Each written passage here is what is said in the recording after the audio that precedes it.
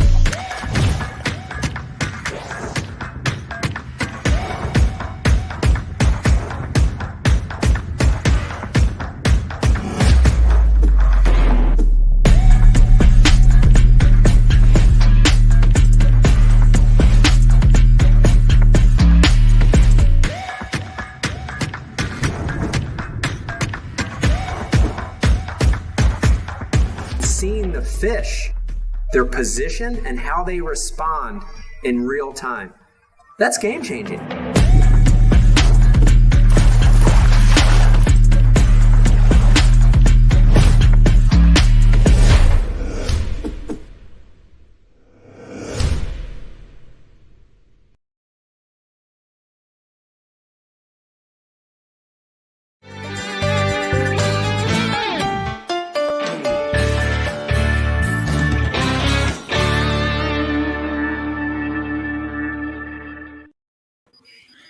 Good evening, everyone. Welcome back once again to Fish East Live. I'm your host, Donald Patterson.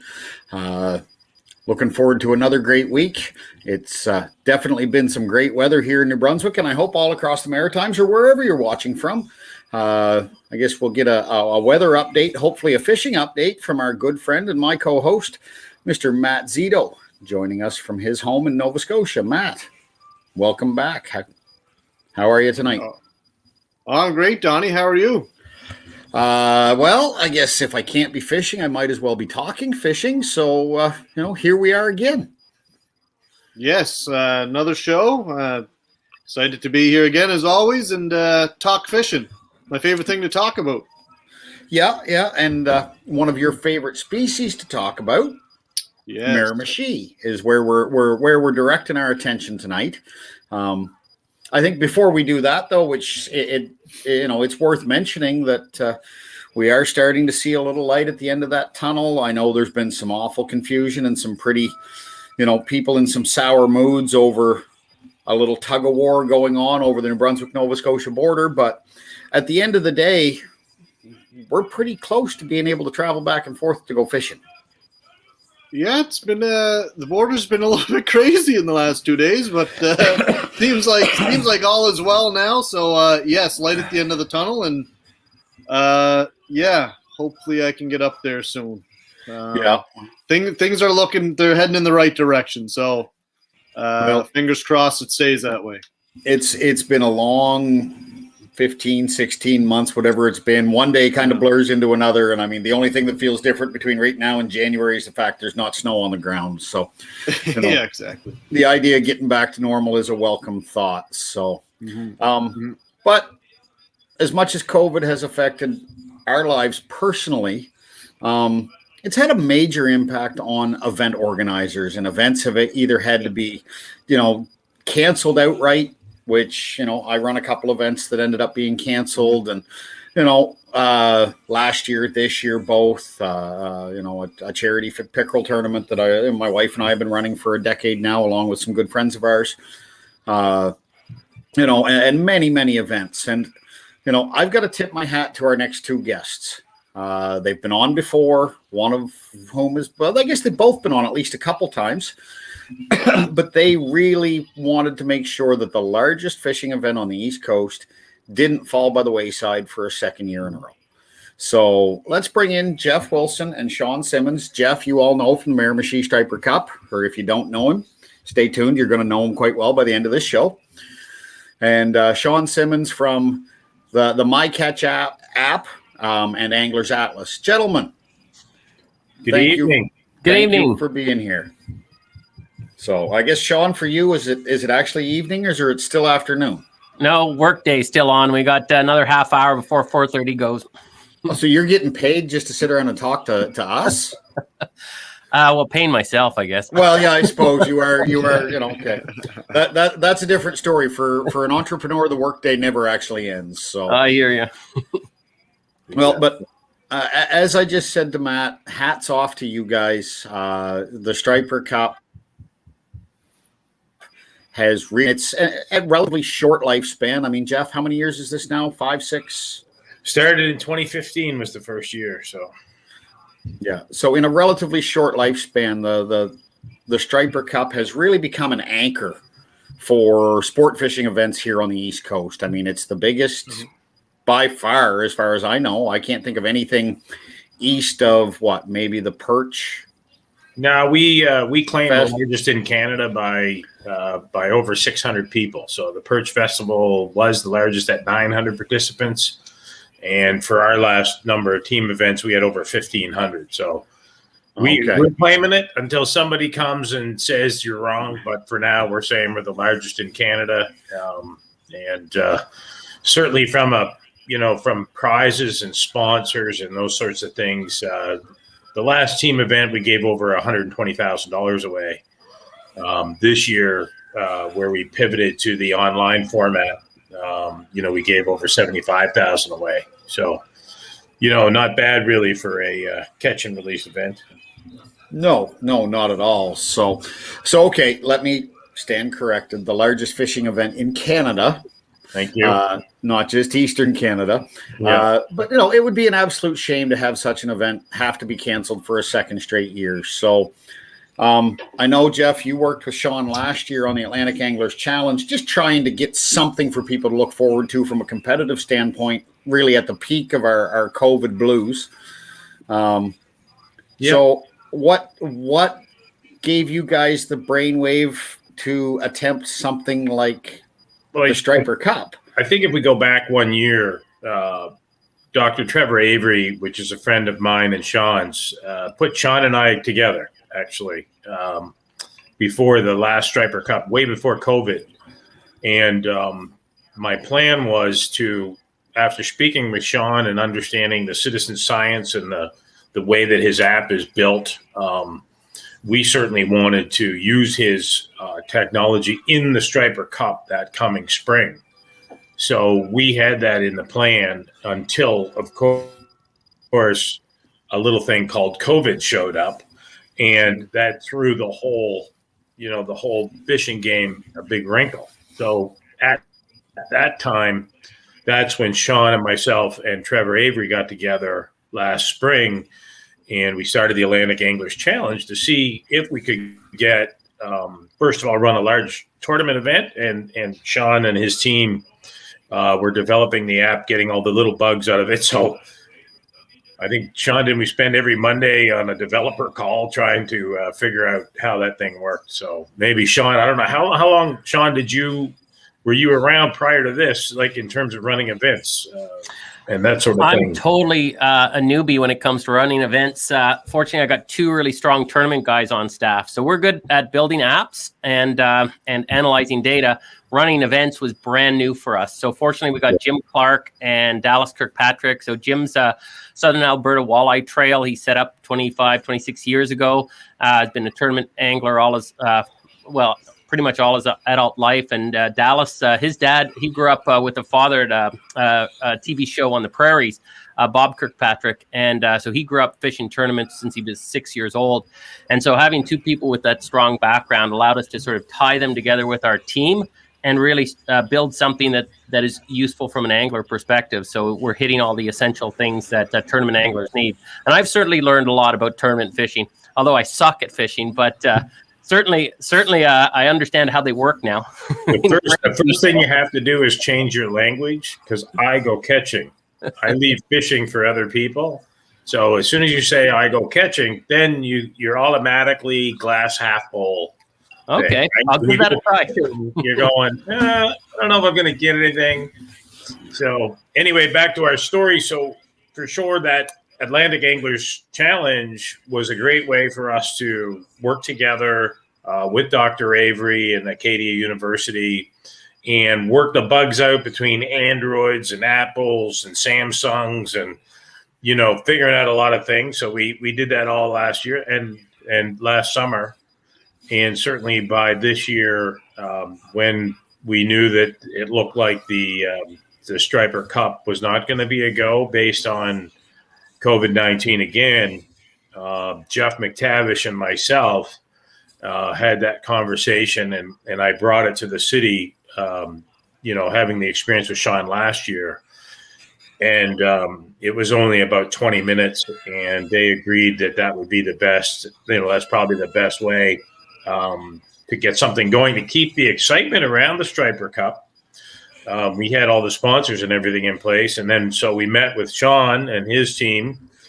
And I remember that, Sean, the negotiations that were going on there because Sean, oh, no, we could do that. Geez, that's no problem. And I kept going, well, geez, I don't know. There's a lot of fish. Like, it's going to happen. We're going to have a lot of fish, Sean. And he's going, no, that's nothing. We'll have a couple people. I don't know.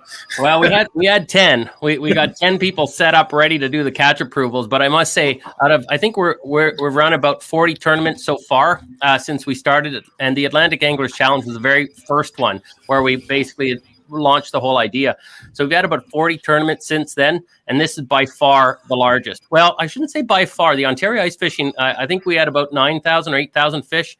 This thing came in over 12,000 fish. Yeah. And that was really raising the bar, and we even surpassed the total number of anglers with the striper. So I think the previous record was just shy of 700, and we tapped over 700 on this one. Yeah, so that was good for the Ontario ice fishing one. With what you say, over 9,000 fish. Yeah, we're about 9,000. Yeah, over how long of a period of time? 3 weeks. 3 weeks. Yeah. So a similar time frame. That's what I was wondering is how that was relative time-wise. Yeah. Yeah, and the difference between that one and this one is that little fish like this, little fish like this. You can you lay them on the ruler and they just lay there. Yeah, the perch for sure. But some of those lake trout and we had 115 centimeter pike that won it. So that's over a meter long pike. They're pretty big. I think. Did you do cumulative length? I didn't do that in Ontario. No. So nobody hit 40,000 centimeters of fish caught, one guy, right? No. Matthew Gregan, he got over 500 meters last year at the Atlantic Anglers Challenge. No. I don't know if he's going for it this year though. Yeah, and he gets over the cumulative length in the Anglers Challenge last year, and then he gets the smallest fish in the Striper Cup this year. Yeah, full spectrum angler. What we did, we made sure that you were only allowed to win one category. We really, our weekly prizes and all those sorts of things. I really wanted to make sure that the sponsor, the goodies from the sponsors got out to a lot of different people. So, you might have seen some results through the week and stuff. And there was plenty of times that, one angler would win a number of categories through the week. And, that's what we did. So, we had weekly challenges. So longest fish, smallest fish, most fish, cumulative length. Then on Saturdays was the Bass Pro challenge. And then on Sundays was the Yeti challenge. So we had 4 weekends of independent challenges and cumulative weeks.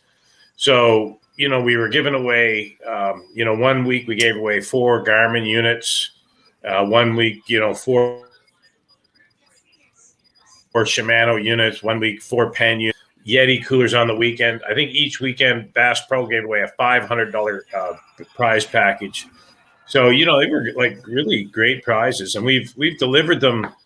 They've been all delivered now around the province. So we hand delivered them. But the key here was that nobody had to see us or touch us or go near us. It was completely COVID safe. You were able to enter online, You were allowed to fish with your bubble. You were able to submit the fish to people who were in Saskatchewan. Shayna was in Saskatchewan. She was like losing her mind out there. And so the only time that we were in contact with anybody and came close was when we were handing out the prizes around the province. But most of the time they came and picked those prizes up. So we were able to do this in a completely safe manner. And that I think was key during COVID, is to be able to do that. And we did have public health. We did have some issues where some people were concerned about this. And so public health paid us a visit. We had an operational plan. Our spin was that we're trying to gather all the names and people of everybody that are in the Miramichi region. So if there's an outbreak, we got everybody's name and phone number that was there. Otherwise, they're still going to be coming there. So he counted one day, they counted over 400 boats on the river. So certainly not everybody was on it, but we had great billboards at every launch with QR codes. So they took it right to MyCatch app with Sean's team, and they could enter immediately. And so it was pretty good. We had a couple hiccups in the beginning, but people use their phone for funny things, and then they get a virus on there and then blame everybody else. Like, so Sean's team did a great job. I mean, I was getting pretty frustrated. I was getting some calls, and I'm not an IT guy. And it's amazing how challenged people are with technology at times. But when you think about 12,347 fish, I think, Sean, we were just under 330 fish pictures rejected. So when you look at a percentage of the amount of fish that were entered in the rejection, some of them you couldn't see. We had a lot of armchair quarterbacks, zooming in on the picture going, I can see that's not right. And, we purposely, the pictures that are online versus the pictures that his team gets are different quality. But this is supposed to be fun. We were getting, all those guys were in the same boat. They're all putting them in one. And, it's like, come on, folks, you're going to win a, $200 rod and reel this week. Like, get over it.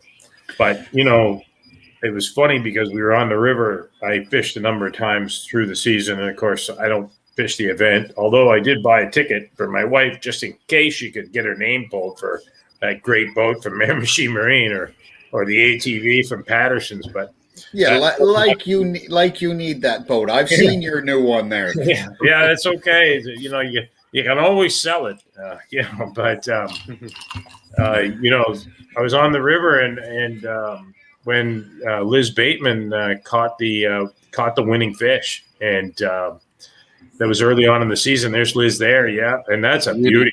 Oh man, and so I get people. Oh, she was on your boat? No, she just happened to be near me at the time. And 105 centimeters, Jeff. Yeah, it's when I saw that thing, I go, there's the winning fish right there.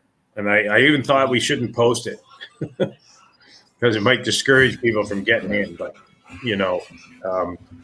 and Liz is I think she's got her master's in biology.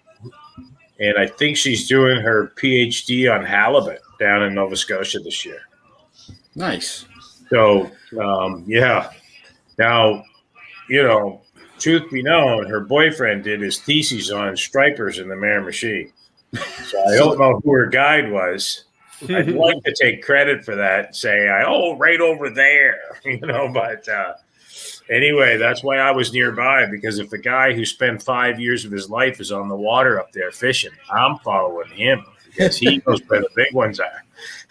So, we have a comment coming in from Damon Walsh. It was an amazing event. I participated in the youth division. People much appreciated this, especially during these times. Me and my father had lots of fun, even though there were difficulties. In the end, it was a successful event, and you kept the tradition alive. Yeah, awesome.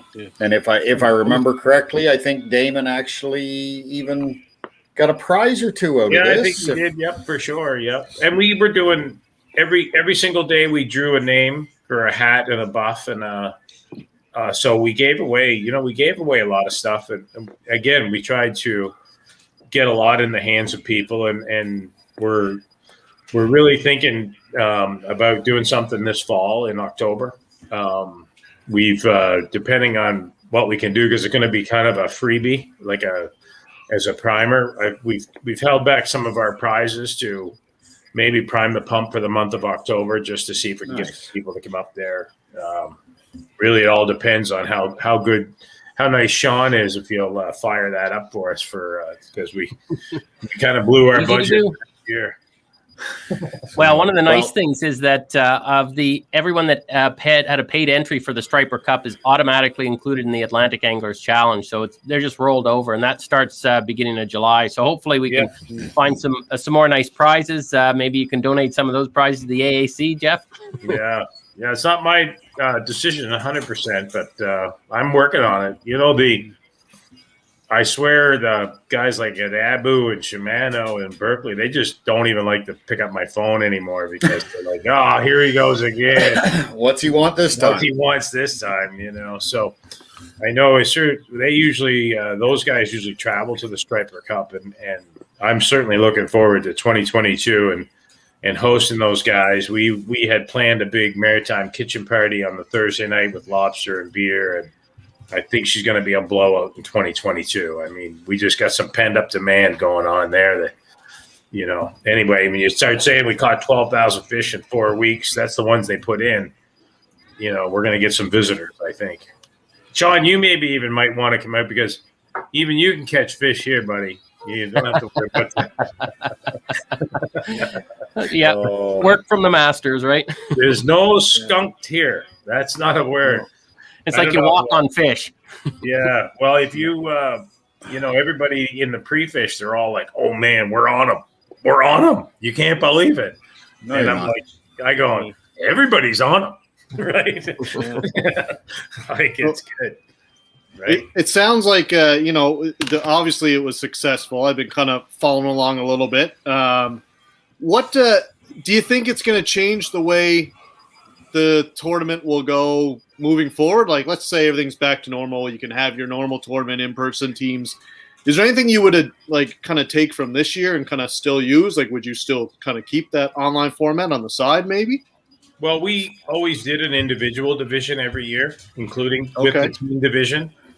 So, and that's how Sean and I originally got to meet, was I wanted to use that as a way, his app in the beginning. So I don't see that changing for next year, but the show, the team event is definitely, it's a real winner for the city, and brings in, we fill in 300 hotel rooms, and we put on quite a show. So but our thought was, if we get this going this year, that we could really expand the tournament next year. So we have the team division that we really do well. And then if we do the individual as well, maybe the individual will be bigger than it has been in the past. And certainly with, young lads like Damon, being involved in that sort of stuff and giving us positive feedback, and they'll be ready next year, right? Because they figured out technically how to do that, how to get those pictures.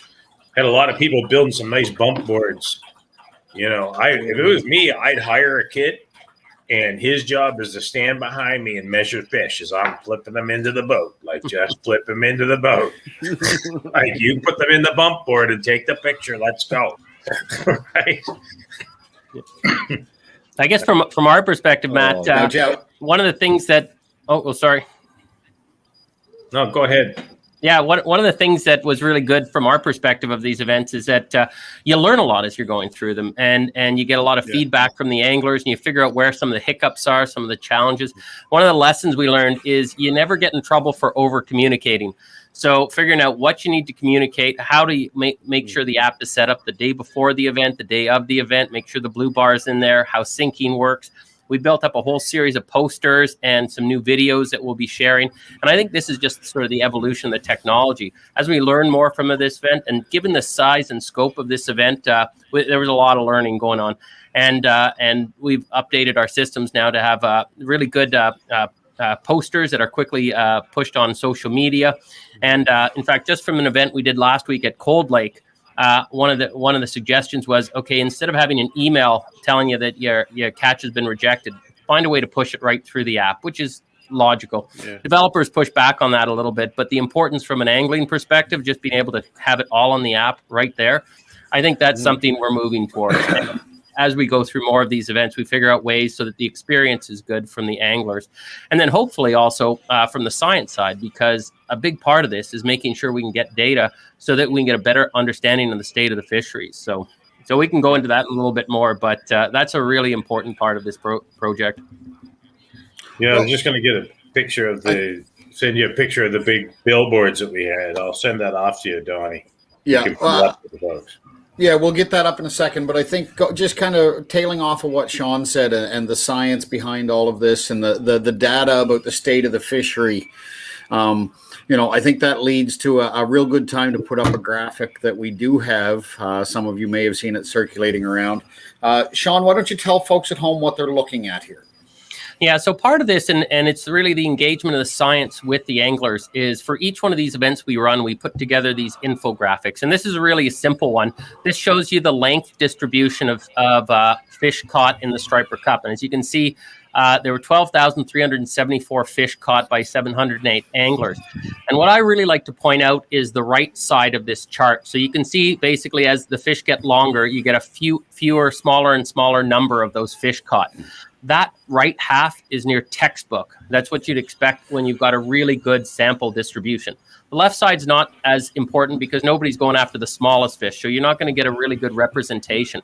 But the fact that we can get a textbook example like that tells us the resolution of the data is good. And so some of the next stages that we're looking at is, first, we have to match the length with an age structure, which should be fairly easy. I think there's some data we might be able to get from DFO for Miramichi at this time or similar times. And then can we estimate populations based on this information? And given how well that right side of the graph, that tells me if you can match that up well, and there's still a lot of statistics that have to take place, but we might be able to get decent population estimates. Now, that's still a bit of a long shot, and we still have a lot of work to do, and I'm not the scientist for that. But this is some of the things that we're looking at, and can we use this to really help understand the state of the fishery? And so this is sort of an essential part of what we're trying to do with MyCatch. Yeah, and that just to expand on that was the biggest reason that we, Sean and I got together. Like that, the DFO has no idea what the recreational fishery effort is on striped bass in the Miramichi.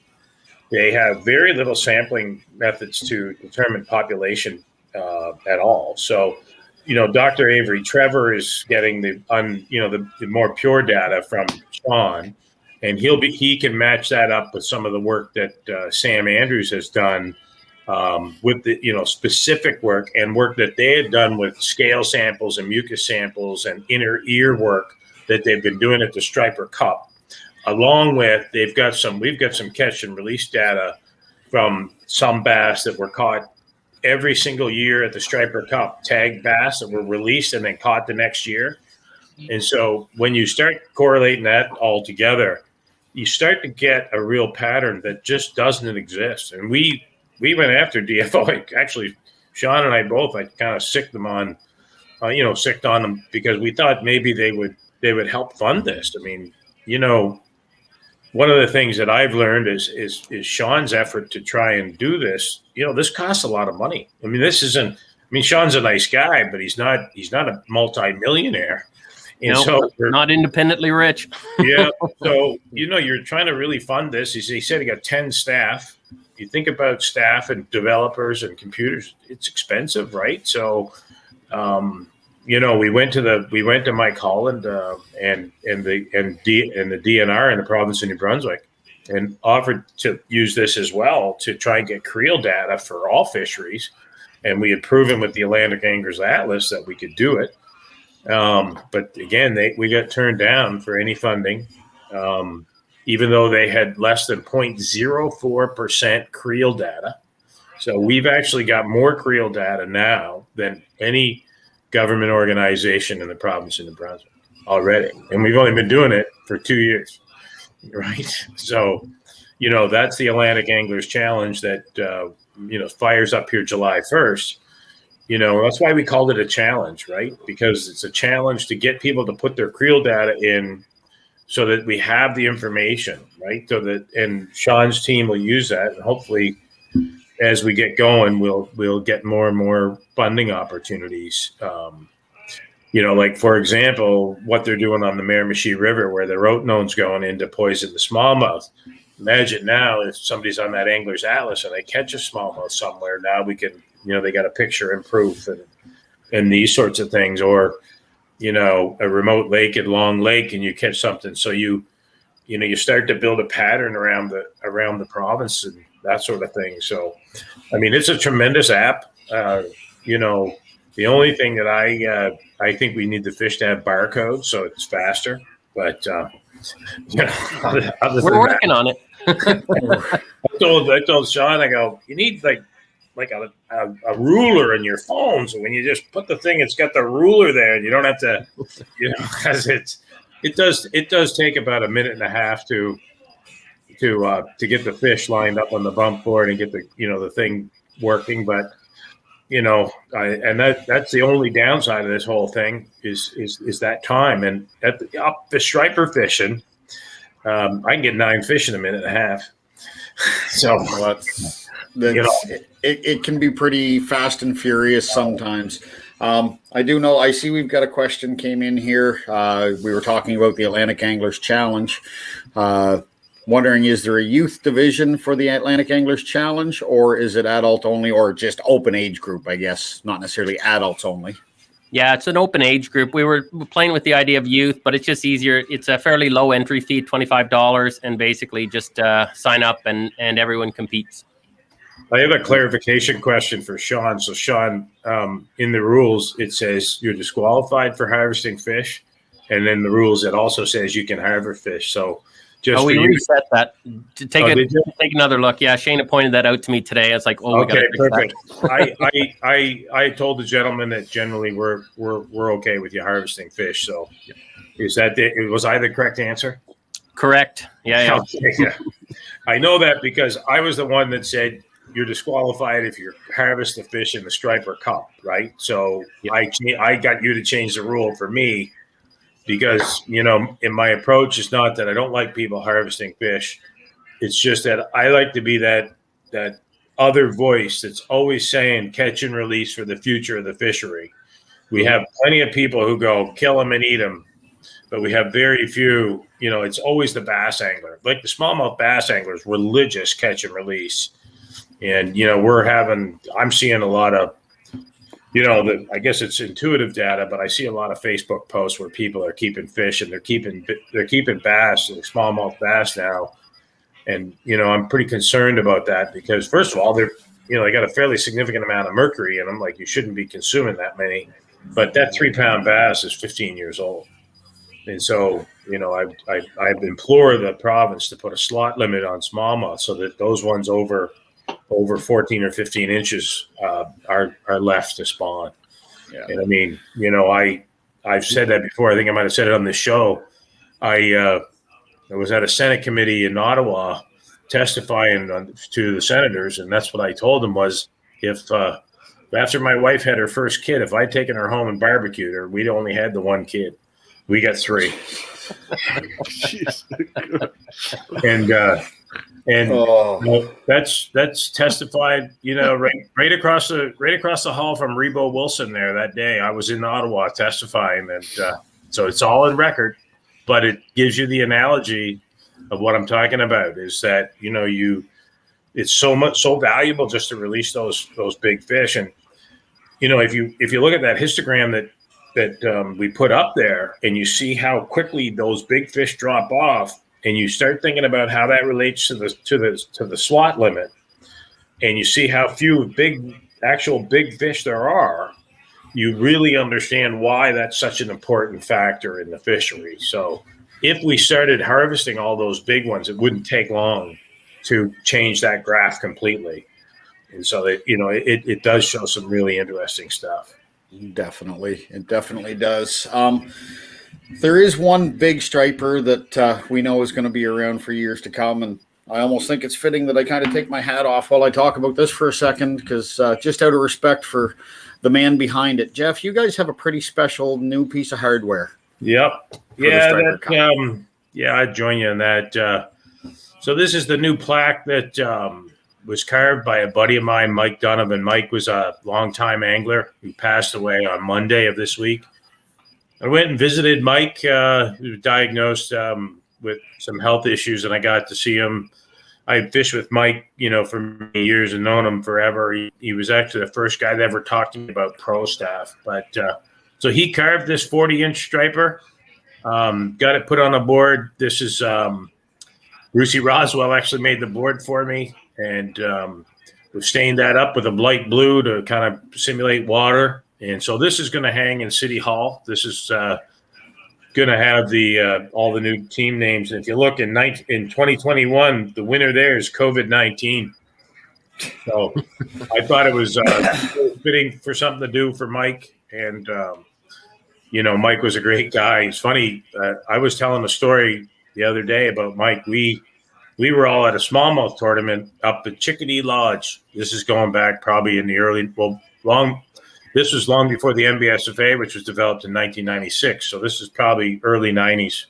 Johnny Walker was there, and my brother, Rob Wilson, and Mike Donovan and Jim Gillespie. They had won that tournament twice, the Mactaquac Open twice. And we're staying at the Chickadee Lodge. So back then, having a couple of pops on Friday night, and those guys went to bed. So Johnny Walker sneaks into their room and takes a terry cloth towel and hooks it on every single hook on all their rods. So you know how hard it is to take a hook out of a towel. The next morning, they go fishing, and 25 rods, every treble hook is buried in a towel. You could hear them hollering and screaming at him. Jesus. Wow. But anyway, that's a Mike Donovan story. I know my brother put a thing on of us catching some cod, and Rip Mike, great angler. When I started with Stonehard 32 years ago up in Whitby, Ontario, I finished my training and drove around to Grimsby to meet Mike and went trout fishing out in the Great Lakes. So that's like how long that guy's been around. Real gentleman, introduce a lot of people to fishing, and he's going to be missed in the angling community for sure. Definitely. I think it's very fitting and quite an honor for you guys to have that carving, and he definitely will be missed, but at least you guys have some memories that will live on with his memory. Yeah, I actually took one of his smallmouth carvings too, real nice smallmouth, and kept that. And then we were using one of the other carvings I got from him for the NB Pro Bass Tour, or the NB Bass Tour. They're going to be using one of the carvings as a I think it was. I don't know if it's for their championship or not. It was. They were talking about the Abby Spite Memorial, using it for that. But they definitely, definitely another great carving by Mike. So he's passed on, but his work is going to stay with us and in the angling community for sure.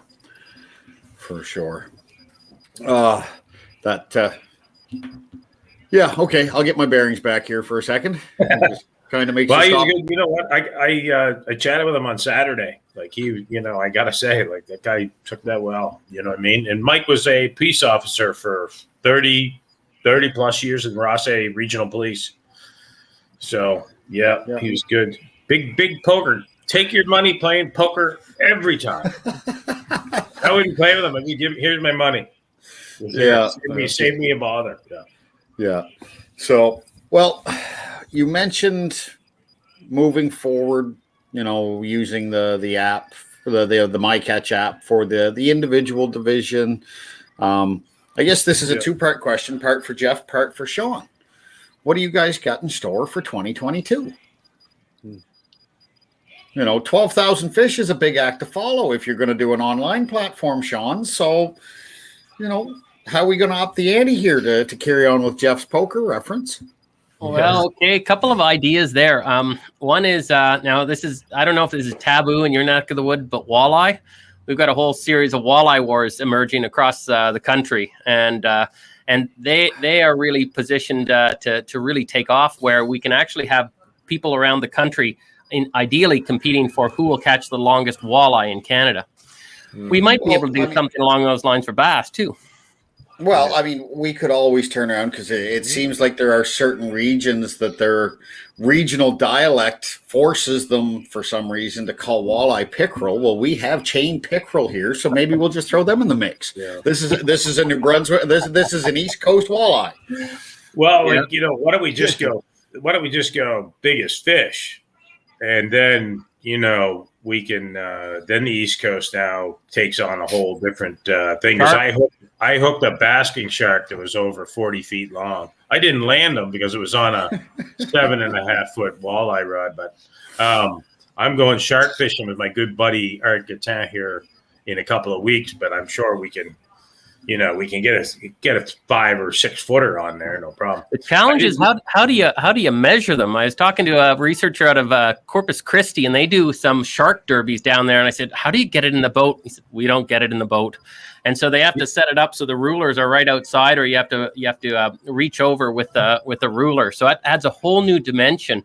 And we got one event that we're kicking off in BC this year called Bottoms Up Halibut. Who's going to catch the largest Pacific halibut? And you can't bring those into the boat either, and you got to release them. So we're trying to figure out exactly how we're doing this, whether a broom handle. Last year the shark got my ruler, like, and half my arm. That's how that works.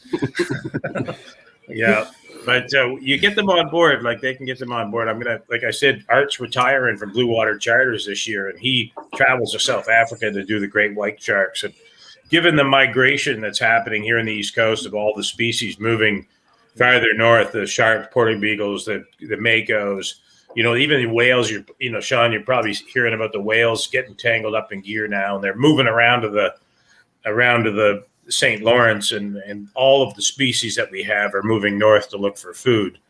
And it was funny, I was up salmon fishing the other day, talking to the guides up there, and I try to explain to them, like, the rivers are void of smelt, and we've killed the nutrient source of the rivers. And until we decide that we're going to put them back, all these predator fish are just starving. And that's why the salmon are going to weird spots, and they're all heading north. The whales are heading north, and the sharks, and even we're having record lobster catches here in the Maritimes, while Maine is having not so record. Is because the lobsters are moving. And of course, 20% advantage here in Canada based on currency. But that migration is a real issue. And I mean, that's why the whale issues that you're seeing them. And if we could buy out 30 smelt licenses, Coswick just came out and said there's only 8% of the school left for mackerel. 8% of the historic school. That's crazy. That's crazy. These are crazy numbers, and that's why originally I got it. Every time somebody said science, I jumped on it. That's how I got involved with Sean. I just think that it's so important that we as anglers embrace the scientists. They really, one thing I have learned by working with Dr. Avery and Dr. Easy and Dr. Andrews and Sean, and I've come to really respect these scientists and the work that they do. It's so important, and anglers can play such a big role just by putting their catches through, Atlantic Anglers Challenge or MyCatch app. By putting that in there, it's not so much what you're going to win; it's the data and information that you're providing to these managers and groups like Acadia University and the Canadian Rivers Institute with Dr. Alan Curry. These folks need that information. And you think about sending, a field representative out into the field. You guys are anglers. You know how hard it is to figure out where the fish are. Can you imagine if your job is to go count halibut in the Atlantic Ocean? How many are there? Well, it's how many grains of sand are on the beach. Like, yeah. Okay. So I just want to clarify something, because we talk about the Atlantic Anglers Challenge, we talk about the Striper Cup and all the other different tournaments. Sean, if someone's not competing in a tournament and they just want to contribute to the citizen science, as we've referred to it as in the past, can they just download the MyCatch app and submit catches even without being involved in a tournament? Yeah, 100%. It's designed basically as a personal catch log. So if you're not in a tournament, just download the app and just record your catches that way. And there's actually a couple of other cool features. There's a live track feature where you can actually record your entire track for the whole day. And the spots where you catch fish are shown on the map. And so that's pretty easy to do. And we encourage everybody to do that. And I guess if I can just pick up on something that Jeff was talking about with the science a second ago, and something that is new for not 2022, but later this year, what we're doing is we're working with the American Fisheries Society, the largest organization of fisheries researchers in the world, or one of them. And they've got an annual conference in Baltimore in November. And so we're proposing putting on a symposium where basically we're bringing anglers and the researchers they work with. So I'm going to try and recruit Jeff and Trevor Avery, and they will do a quick 20-minute presentation. How did the angler get involved with the science? What was the science learned? And most importantly, how did you maintain a relationship between the two so you could foster that relationship over time? Because that's one thing we see as a challenge. Like, scientists will do one-off projects, but to do it well, you need a long-term data set. So you have to build a strong relationship. So the whole purpose of this is going to be, can we match up as many anglers with scientists for that conference as possible? So if I'm just putting this out to you and to your audience. If any of your anglers are working with scientists and would be interested in participating, we can do some of this remote. Please let me know, because we're hoping to really reinforce this as we're moving forward, just where the angler and the science are really fused together, essentially. Yeah, no, that's excellent. And it's nice to see, Sean and Jeff and, Dr. Avery and, all the other, I could start listing names and it's going to be a long list. So, everyone who's working to really preserve what we have, because let's face it, and I'm not pointing fingers at any one group or any one party politically, but over the years, we as human beings have really screwed up some of our resources. Yeah. So now it's time. We may not be able to save the ones that we've already messed up, but we need to preserve the ones that we have that are thriving. Well, it's our history. For years, as soon as something comes into shore to spawn, we kill. I mean, I remember my dad, you catch a salmon, he's over there like right away, like, get that thing, put that in the frying pan. It's just our history. We don't know any better. So this is an education strategy. Mm-hmm. This is about educating. And that's why it's so important that we get the kids like young Damon there. People online, first thing I ask them, you're hook and release. Yep, I'm going to help you everything I can do. You're cooking everything that you catch. You can figure it out yourself. But I mean, the hook and release is so important. Don't get me wrong. Take one home for a barbecue. Have one. I'm not, selective harvest, but take that slot limit, right? Look at the St. John River. I mean, you're supposed to keep the biggest ones. Like, that slot is how foolish is. Yeah. Mm-hmm. So, But if we have good data and we get working with DFO and we were able to get on the advisory board for the St. John River, they almost shut down one of the best bass fishing spots in the river. And I don't know why. They said, well, you might accidentally catch a salmon. So I don't know. I just spent 3 days working my ass off trying to catch a salmon. I couldn't catch one. Trying.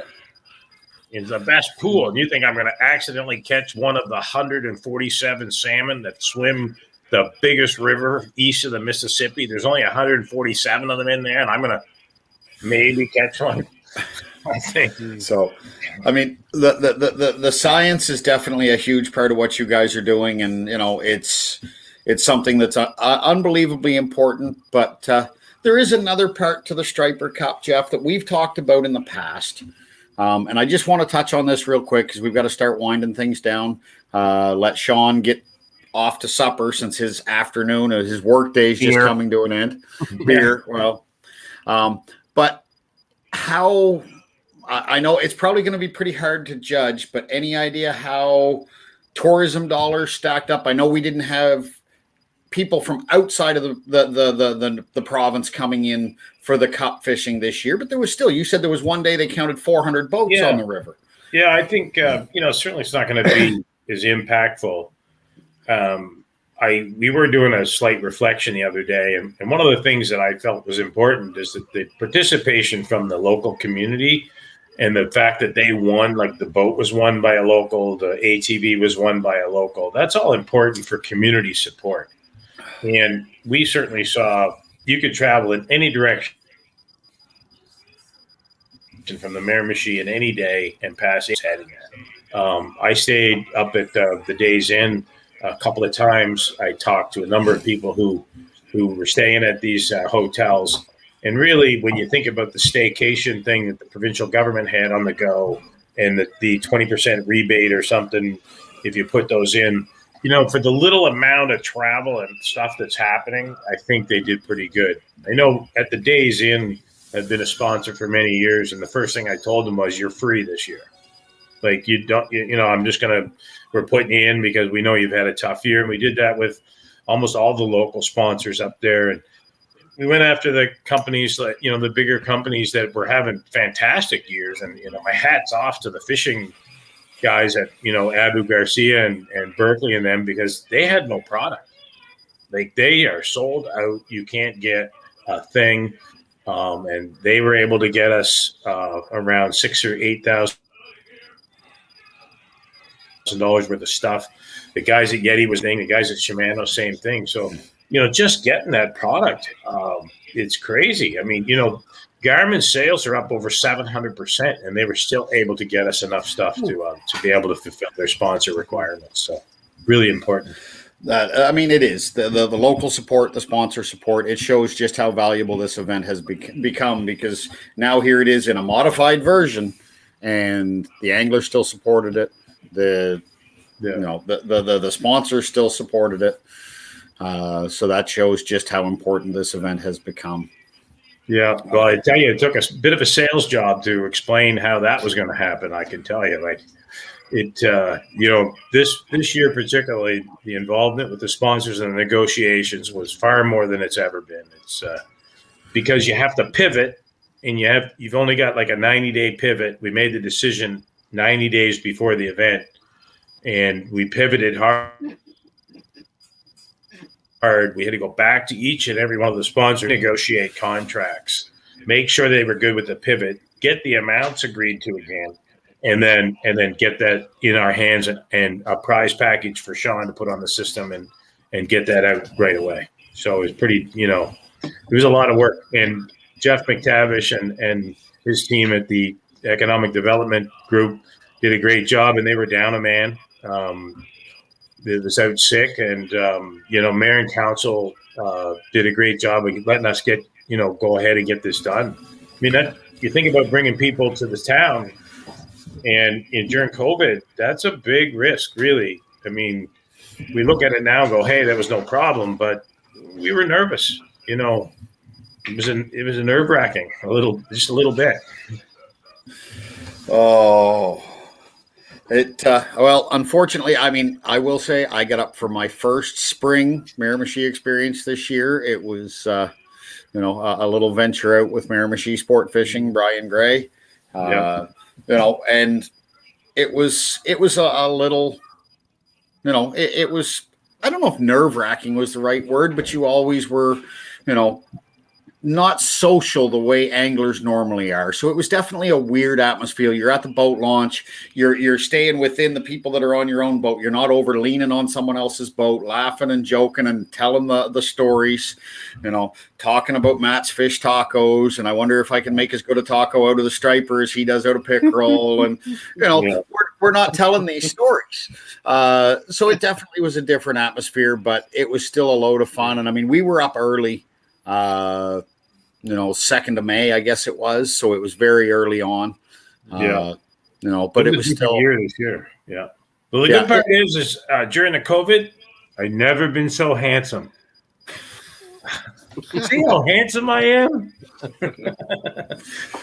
I'll have to wait till next year to make my trip. I normally always wear a black mask. Makes my mouth look smaller. We can go up in the fall, Matt. It's not exactly the same, but you'll still catch more stripers than you ever have in a single day. You won't catch anything near the size that you have, but you'll catch more than you have in a single day. I'm okay with that.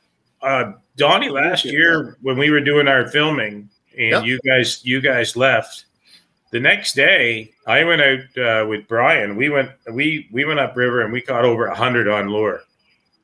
So, I learned quite a bit that day, quite a bit. And I know we do a lot of bait fishing there, and man, it was good. Like I'm looking forward to it in late October this year. And that's why I'm thinking we'll do a little Striper Cup light, or maybe a JV with Atlantic Anglers Challenge and the Striper Cup just to for October up on the She or something.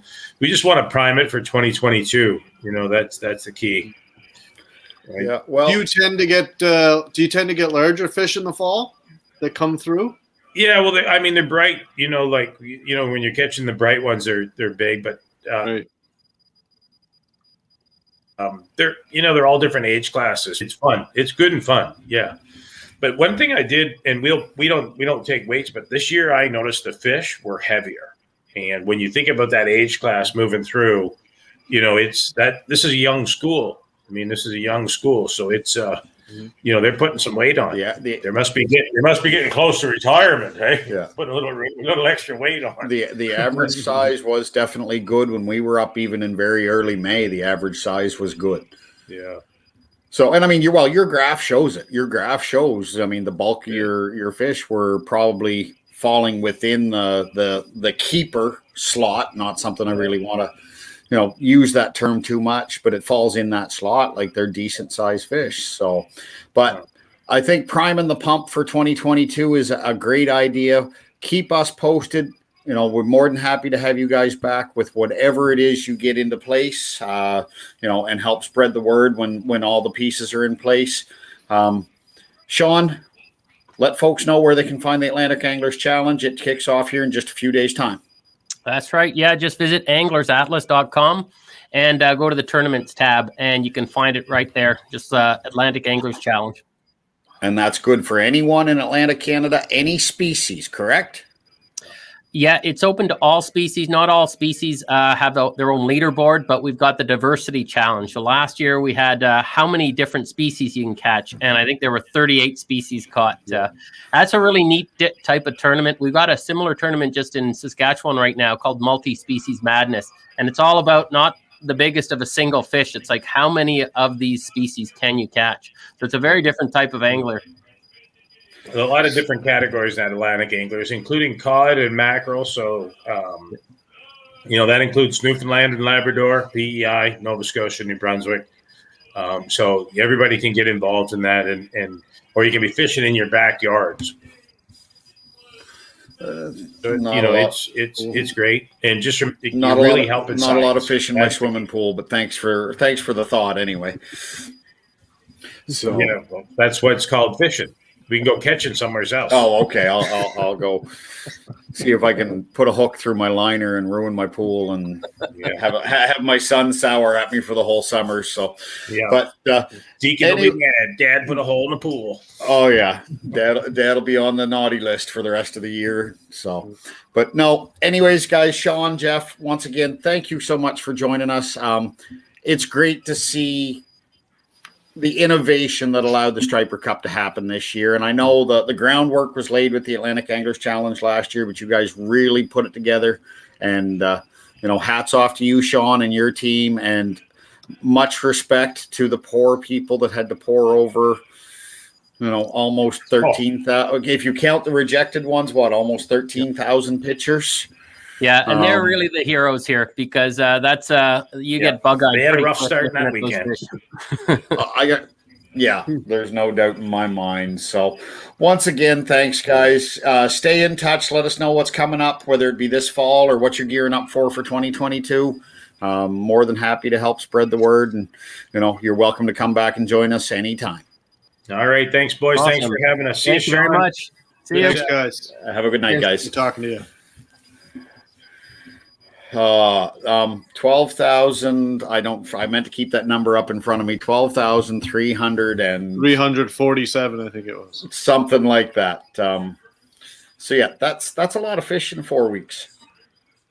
Yeah, that's a lot of fish in 4 weeks. A lot of fishing, people fishing too. So that was I believe it was 709 registered anglers. That's awesome, man. That's so much data too. And, they were talking about the importance of data. I mean, if we want to see regulation changes, they're not going to do anything without a pile of information first.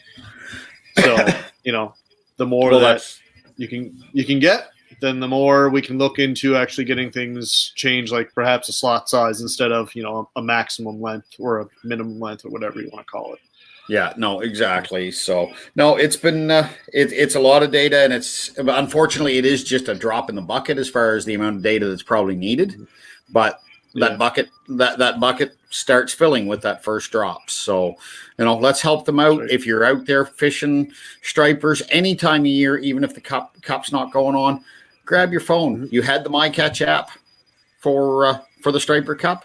Keep taking pictures. Keep sending them in. Help them fill that bucket up with data. And let's get some proper regulations in here so we don't repeat the sins of our fathers, so to speak, and put some other species at risk. I mean, we can work at saving the ones that are already at risk, but that doesn't mean we have to threaten the ones that are thriving at the same time. I mean, one species can't be put at risk. That's a slippery slope I don't want to go down tonight. Especially with more people fishing every year. Last year in Nova Scotia, we had the most licenses sold. So, the more people fishing, obviously the more fish are going to be caught, so we got to start, looking towards the future. We've got to make sure the rules are right and that the anglers are properly educated. And that's something I'm proud of what we're doing here. I will say, Jeff, I love you, man, but having him on as a guest it makes for an easy night as a host, Matt. I think that's about the least I've ever spoken in one of our episodes. But great having him on. He's a wealth of information, all kinds of great stories. So listen to him all night. Yeah. Oh, I have. I've stayed at his camp when we've been away for tournaments and stuff. And you can sit there by the campfire. You fished all day, you're bone tired, but you sit there by the campfire and just shoot the breeze all night and have a blast. So, we got lots more coming up this summer, folks. We probably are going to take a little break somewhere along the way, take a couple weeks off. But right now we're back to our every 2-week schedule. So, we're keeping a couple things in our back pocket that I think you guys are going to like. I got one guest lined up. I haven't even told Matt yet that he's confirmed, but let's just say that a little later this summer, we got one guest that you guys in the bass fishing community, smallmouth, largemouth fishing community in particular, are going to want to stay tuned for. We'll tease that when it gets a little closer, but in the meantime, we got some great things coming up. Great guests, great opportunities. Let's face it. It's summer in the Maritimes, so the fishing is going to be good. So get out there, get your lines wet, and enjoy the good weather while it's here. Yes, it's fish taco season. It's fish taco season.